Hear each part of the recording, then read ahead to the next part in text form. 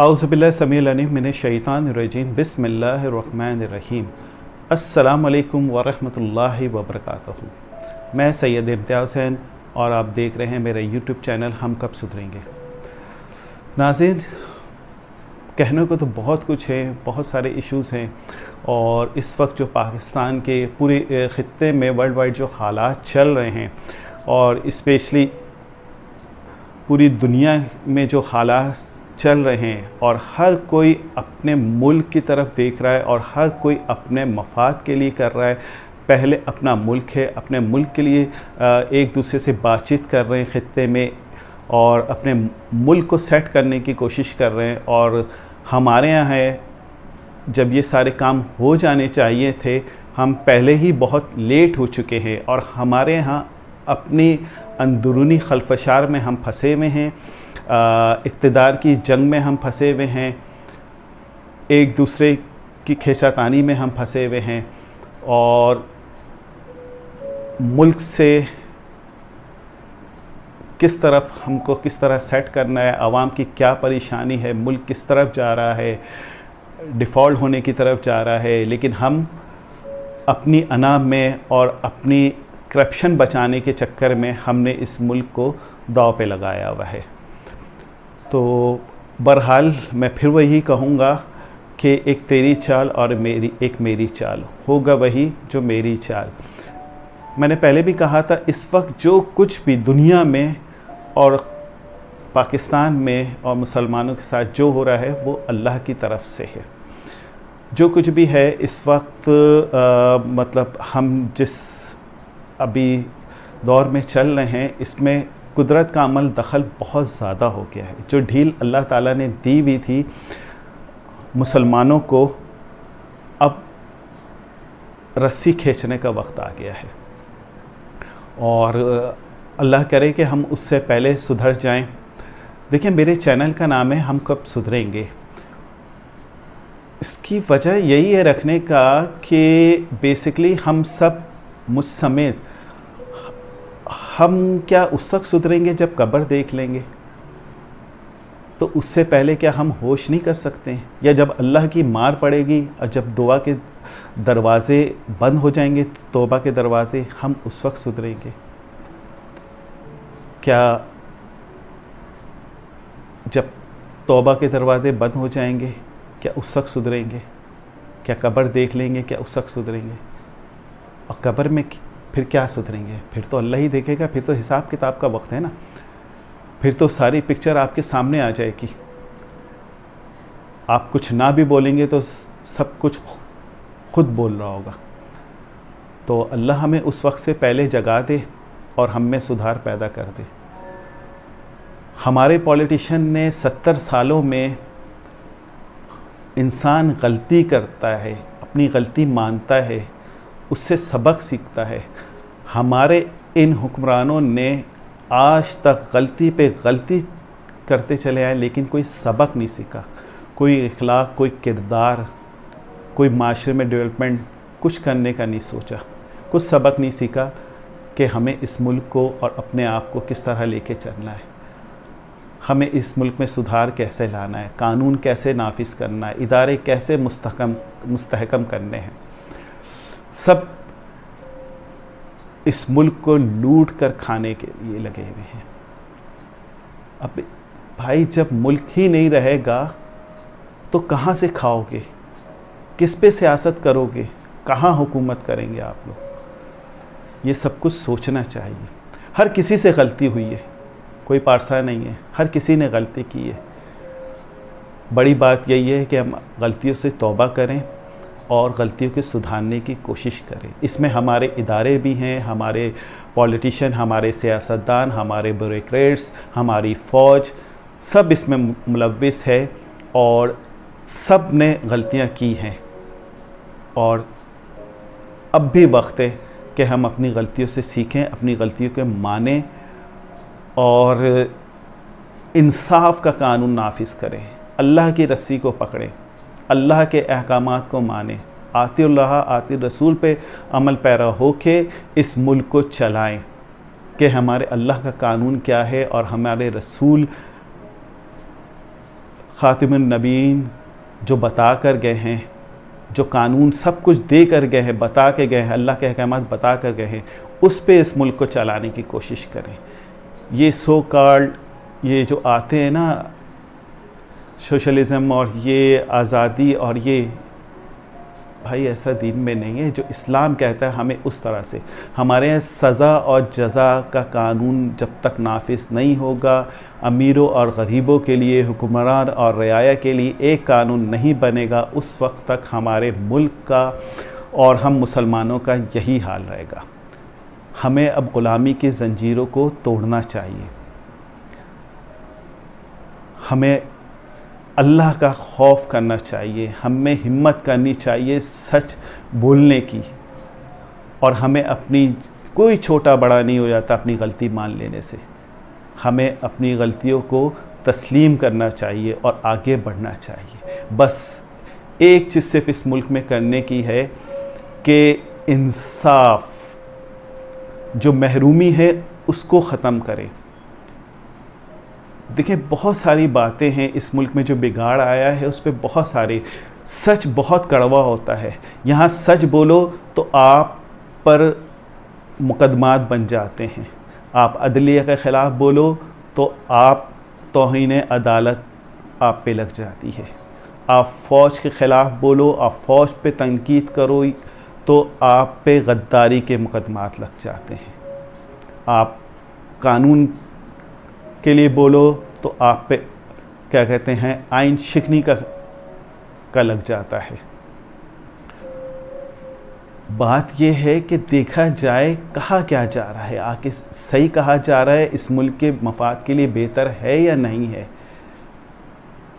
जो गलती हम कर चुके हैं क्या वो हमें दोबारा दोहरानी है?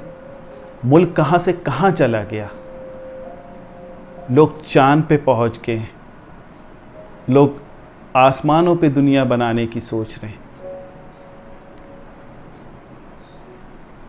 लोग दुनिया कहाँ से कहाँ तरक्की कर गई, और अभी तक हम कहाँ लगे हुए हैं कि दुआ ज़हरा की उम्र 15 साल है कि 16 साल है। बताएं, ये हम इसमें अभी तक फंसे हुए हैं। हम ये एक छोटा सा केस अभी तक सॉल्व नहीं कर सके कि दुआ ज़हरा की उम्र 15 है कि 16 है, कि अभी वो खुद अपने फैसले कर सकती है या नहीं कर सकती, वो बालिग है कि नहीं बालिग है। हम इसमें लगे हुए हैं। हमारे इंसाफ का कानून हमारा अभी तक इसे डिसाइड नहीं कर पाया, और इस वक्त खित्ते में जंग लगी हुई है। हर मुल्क अपने गोल सेट कर रहा है कि भाई हमें किस तरफ जाना है। अब अमेरिका के अपने लाले पड़े हुए हैं, उनकी इकॉनमी जो है वो बैठने वाली है, वहाँ पे फाइनेंशियल क्राइसिस आने वाले हैं, और हम अमेरिका को माई बाप समझे हुए हैं, हम ग़ुलामी में लगे हुए हैं। इंडिया रूस से तेल ले रहा है और हम अमेरिका से डर रहे हैं। हमारे उस पे आया कि भाई आपके वज़ीर आज़म रूस का दौरा क्यों कर लिया, तो हमने रूस से तेल क्यों ले लिया? अरे भाई हम आज़ाद मुल्क हैं, इंडिया ले सकता है, हम नहीं ले सकते। हम रूस का दौरा हम अपनी मर्ज़ी से नहीं कर सकते, हमारी मर्ज़ी। हम अपने मुल्क को जो हमारे मुल्क के मफाद में बेहतर होगा हमें वो करना चाहिए। हमें किसी से लड़ने की भी ज़रूरत नहीं है, हमें अमेरिका से या रशिया से या चाइना से, किसी से भी। हमें बैलेंस करके चलना है, और जिनसे हमें मफाद है उनके करीब होना है। सिंपल से है, और यही जितने भी अब कंट्रीज़ हैं, जितने भी मुल्क हैं, अब वो यही कर रहे हैं। अब आप देखें हल्के हल्के फ्रांस यानी कि यूरोप कंट्री जो है, अब वो रशिया और चाइना की तरफ मूव करने का सोच रही हैं और कुछ कर चुकी हैं। ये यूक्रेन की जंग ने बहुत कुछ जो है वो अब इसमें चेंज होना है, और अब मसला ये कि हम अपने फड्डों में फंसे हुए, हम इक़्तिदार की जंग में लगे हुए हैं। मुल्क क्राइसिस की तरफ जा रहा है, मुल्क दिवालिया की तरफ जा रहा है, हम एक दूसरे पे इल्ज़ामात लगा रहे हैं। भाई रियासत देख रही है ना सारे चीज़ें, ये जो केसेस थे पहले, जितने भी केसेस इन लोगों पर है या जिन जिन पर है, उसका फैसला किया जाए।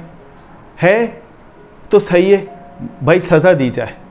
अब मैं तो कहता हूँ इनको मतलब बिल्कुल ओपन चौराहों पे इनको आवाम के सामने इनको सज़ा दी जाए, जो हमारा इस्लामी कानून कहता है, ठीक है। और अगर नहीं है तो बिल्कुल माफ़ कर दें। लेकिन ये गू मगू की कैफियत में किसी ने आवाम का सोचा है? आवाम कहाँ जा रही है? अरे जब आवाम ही नहीं रहेगी तो आप हुकूमत किस पे करोगे? आवाम को ज़िंदा रहने देंगे या नहीं देना है? आवाम का कोई नहीं सोच रहा। कोई नहीं सोचा कि गरीब के घर में जिसकी 25,000 30,000 सैलरी है, उसका घर का किराया इतना है, बिल इतना आ रहा है, वो क्या करेगा? अब ये मज़ीद जो अब बिल आ रहे हैं उसका क्या किया जाएगा? हर इदारे में करप्शन है। के इलेक्ट्रिक को प्राइवेट कर दिया है, माजत के साथ के इलेक्ट्रिक जो प्राइवेट हुई है, इसमें आपके हुकूमत के लोग, इनके जो फैमिलीज के मेंबर हैं, उनके शेयर्स हैं, उनके बच्चे, उनके ख़ानदान के लोग वहाँ जॉब कर रहे हैं, तो के इलेक्ट्रिक को कौन लगाम देगा? फ्यूल चार्जेस और सारे टैक्सेस वगैरह लगा के आप 200 यूनिट के, 300 यूनिट के, 150 यूनिट के आप बिल को क्या कहते हैं 15-15 हज़ार, 10-10 हज़ार भेज रहे हैं। ये आवाम पे जुल्म नहीं है? पेट्रोल क्या कहते हैं इतना महंगा, कहाँ लेके जा रहे हैं? 240 रुपये, 235 रुपये पेट्रोल। एक गरीब आदमी की तनख्वाह इतनी नहीं है जितना ये बिजली और पेट्रोल ने मार दिया। क्या हम घर का किराया देंगे? क्या हम कन्वेंस में खर्च करेंगे? क्या यूटिलिटी में खर्च करेंगे? क्या बच्चों की एजुकेशन में खर्च करेंगे? किसी हमारे इन हुक्मरानों को ख्याल है? मुल्क क्राइसिस की तरफ जा रहा है और यहाँ पैसे लुटाए जा रहे हैं, यहाँ अय्याशियाँ हो रही हैं। अरे भाई आप अपनी तनख्वाहों में से डिडक्ट करो ना, आप अपनी मराहतों को ख़त्म करो ना। पेट्रोल क्राइसिस है और गाड़ियों की लंबी कतारें चल रही हैं, 25-25 गाड़ी प्रोटोकॉल पे चल रही है। हम गरीबों का खून निचोड़ा जा रहा है और हम भी बेवकूफ़ बनते जा रहे हैं, उन्हीं को वोट दे रहे होते हैं। अब ये कल सीधा सीधा सा है कि चौधरी परवेज़ इलाही को, जो पीटीआई के सपोर्टर हैं, जो उनके साथ ला के उनको वज़ीर आला सीधे सीधे तरीके से बन जाना चाहिए। लेकिन नहीं, कल फिर वही फड्डा है, बन जाएंगे, लेकिन आसान नहीं है। इस वक्त सिचुएशन जो इस मुल्क की है वो यही है कि एक चीज़ बज़ाहिर आपको लगेगी तो आसानी से कि यार ये हो जाएगा, लेकिन वो या तो होगा नहीं या इतनी आसानी से होगा नहीं। बहरहाल ये सिस्टम अब जा रहा है और आगे अदम इस्तेकामी है और अल्लाह हमारे सब लोगों को हिदायत दे। मैं यकीन करें, मैं यानी कि हमें दुआ भी करनी चाहिए कि जितने भी हमारे पॉलिटिशियन हैं, जरदारी साहब हैं, नवाज़ शरीफ साहब हैं, पहले हम इनके लिए दुआ करते हैं कि या अल्लाह तो इनका जो गफलत में डूबा हुआ दिल है, या अल्लाह इनको बदल दे, इनको हिदायत दे। और अगर हिदायत नहीं पा सकते तो इनसे हमारा छुटकारा अता फरमा, इनको बिल्कुल अया कर दे, इनकी तमाम बुराइयाँ, इनकी तमाम करप्शन, इनको सजा दे। कोई है जो कानून पे अमल होगा? हमारे कानून बन जाते हैं लेकिन उस पे अमल रामत कोई नहीं करता और उसको कानून बनाने वाले ही कानून तोड़ते हैं। बहुत कुछ है बोलने के लिए, बहुत कुछ है, लेकिन वक्त कम होता है। हम सब्जेक्ट कुछ लेके बैठ रहे होते हैं लेकिन और बातें कुछ और जहन में आ जाती हैं। अब ये कल 22 तारीख़ है, यानी कि अब ये शुरू हो गई है 22 तारीख जिस वक्त मैं वीडियो बना रहा हूँ। अब ये कल आप सुबह से देखिएगा 10 बजे के बाद से कैसी अफरा तफरी होगी, एक दूसरे को खींचा जाएगा, असेंबली हॉल में एक दूसरे को गालियाँ होंगी, एक दूसरे के गिरबान पकड़े जाएंगे, लड़ाई झगड़े होंगे। इतना आसान हो जाना चाहिए, बड़े स्मूथली होना चाहिए काम, लेकिन क्या है, अब ये हमारे ये पॉलिटिशियन हमारे कानून बनाएंगे, हमारे तालीमी निज़ाम देखेंगे, हमारी दरसगाहों को देखेंगे, हमारे इंस्टीट्यूट बनाएंगे, ठीक है, ये हमारी मशीयत को देखेंगे जिनकी अपनी तरबियत नहीं है, जिनमें अपने चोर डाकू बैठे हुए,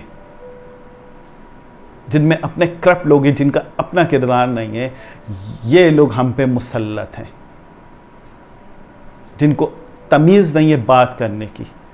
अरे जो हुकूमत होती है वो माशरा बनाती है, वो किरदार बनाती है, वो इदारों को बनाती है, और हम क्या कर रहे हैं, एक दूसरे से लड़ रहे हैं, गालियां दे रहे हैं, एक दूसरे की तहजीब एक दूसरे के घरों तक पहुँचे हैं।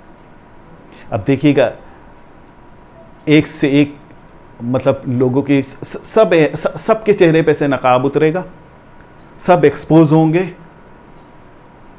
इदारों में जो हैं वो भी एक्सपोज होंगे, लोगों की वीडियोस आएंगी, ठीक है, और पार्लियामेंट में किस तरह चल रहा है, पार्लियामेंट तो आपके सामने है ना, कोई कानून बनता है, कोई आवाम के लिए, इस पार्लियामेंट में कोई आवाम के मफाद के लिए कभी आज तक कोई कानून बना है, और अगर बनता भी तो उस पर इम्प्लीमेंट नहीं होता। बहरहाल कल के बाद ये टेंशन है, चौधरी परवेज़ इलाही बन भी जाते हैं तो, लेकिन आगे जो है हुकूमत के लिए बहरहाल बहुत ही मसले मसाइल आगे नज़र आ रहे हैं, इसलिए कि इमरान खान तो अब रुकेंगे नहीं। देखें आवाम खुद निकल रही है, अब इमरान खान अगर रोकेंगे भी ना तो आवाम नहीं रुकेगी। इसे आगे जो महंगाई आ रही है, ये महंगाई को कंट्रोल नहीं कर पा रही, तो आवाम को भाई, आवाम तो चाहती है कि भाई हमें बेसिक नेसेसरीज दे दो, बेसिक सहूलत दे दो, हमें गैस, बिजली, पानी, सेवरेज का निज़ाम, ठीक है, बिजली, ये हमें ज़रा मुनासिब दे दो। अब तो आवाम आपसे जॉब भी नहीं मांगती, रोज़गार हम खुद तलाश कर लेंगे, हम खुद बना लेंगे। खुदारा इस मुल्क पे, इस मुल्क की आवाम पे रहम करें, खुदारा रहम करें, अल्लाह का खौफ खाएं, इससे पहले कि आपके हाथों से चीज़ें निकल जाएं। अल्लाह के वास्ते हमारे इस मुल्क का ख्याल करें। इसी पे मैं अपनी वीडियो ख़त्म करता हूँ। अल्लाह मेरे इस मुल्क की हिफाजत अता फरमा। पाकिस्तान जिंदाबाद। अस्सलाम वालेकुम व रहमतुल्लाह।